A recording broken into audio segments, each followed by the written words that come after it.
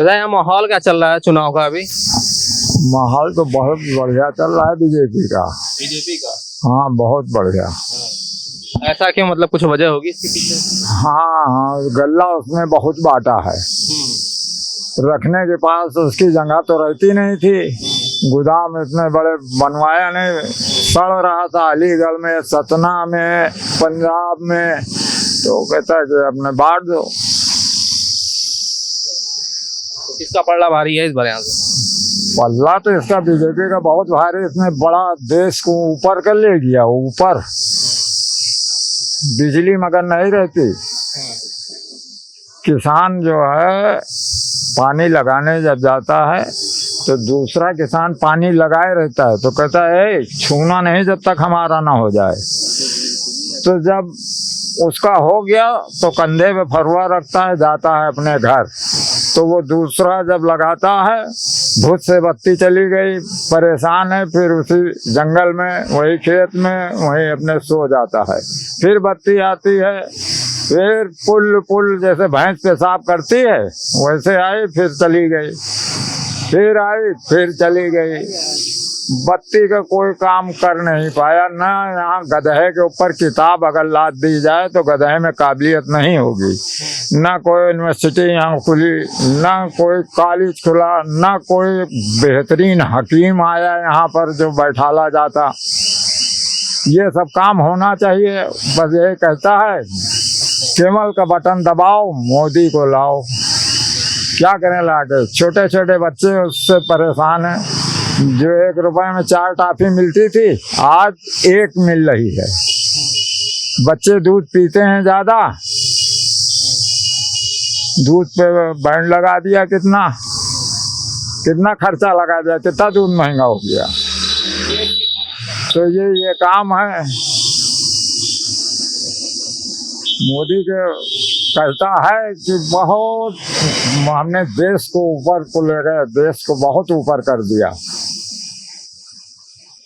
एक बात बताइए, जो भविष्य में जो भी उम्मीदवार यहाँ से चुना जाएगा उससे आपकी मांगे क्या रहेंगी? आगे जनता की मांगे क्या रहेंगी?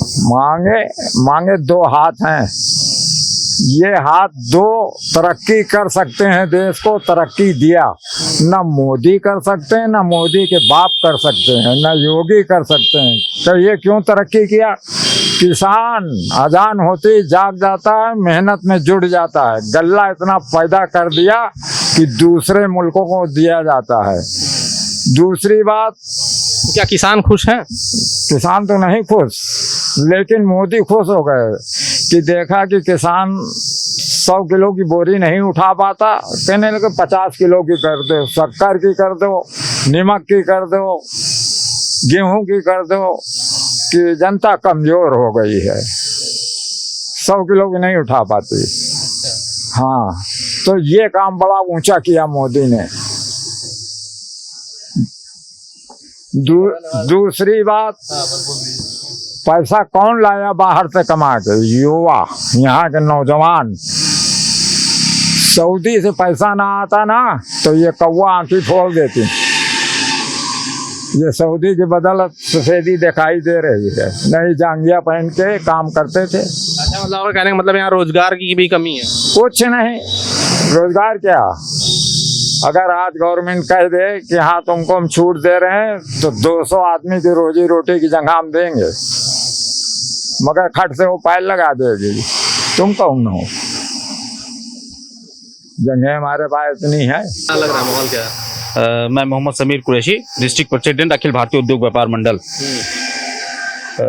माहौल तो इस टाइम एंटी इनकम्बेंसी का चल रहा है, मोदी जी के विरुद्ध चल रहा है, क्योंकि व्यापारी बिल्कुल त्रस्त है। नोटबंदी, जीएसटी, उसके बाद जिस तरह का देश का माहौल हो गया है वो बिल्कुल देश के हित में नहीं है।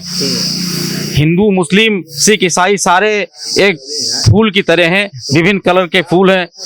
जब और हिंदुस्तान का एक गुलदस्ता है, विभिन्न फूलों का एक गुलदस्ता है। कोई फूल नहीं रहेगा तो रंग कम आ जाएंगे। देश में माहौल है और बिल्कुल रोजगार नहीं मिल रहा है युवाओं को, शिक्षा का अभाव हो रहा है।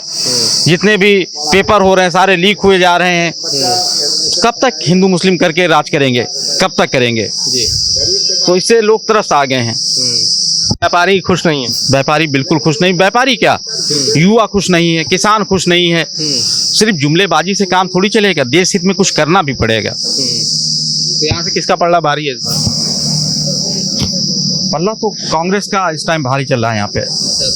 पल्ला कांग्रेस का भारी चल रहा है यहाँ आपको क्या लगता है बीते 5 सालों में स्मृति ईरानी जी ने कुछ काम किया है यहाँ पे?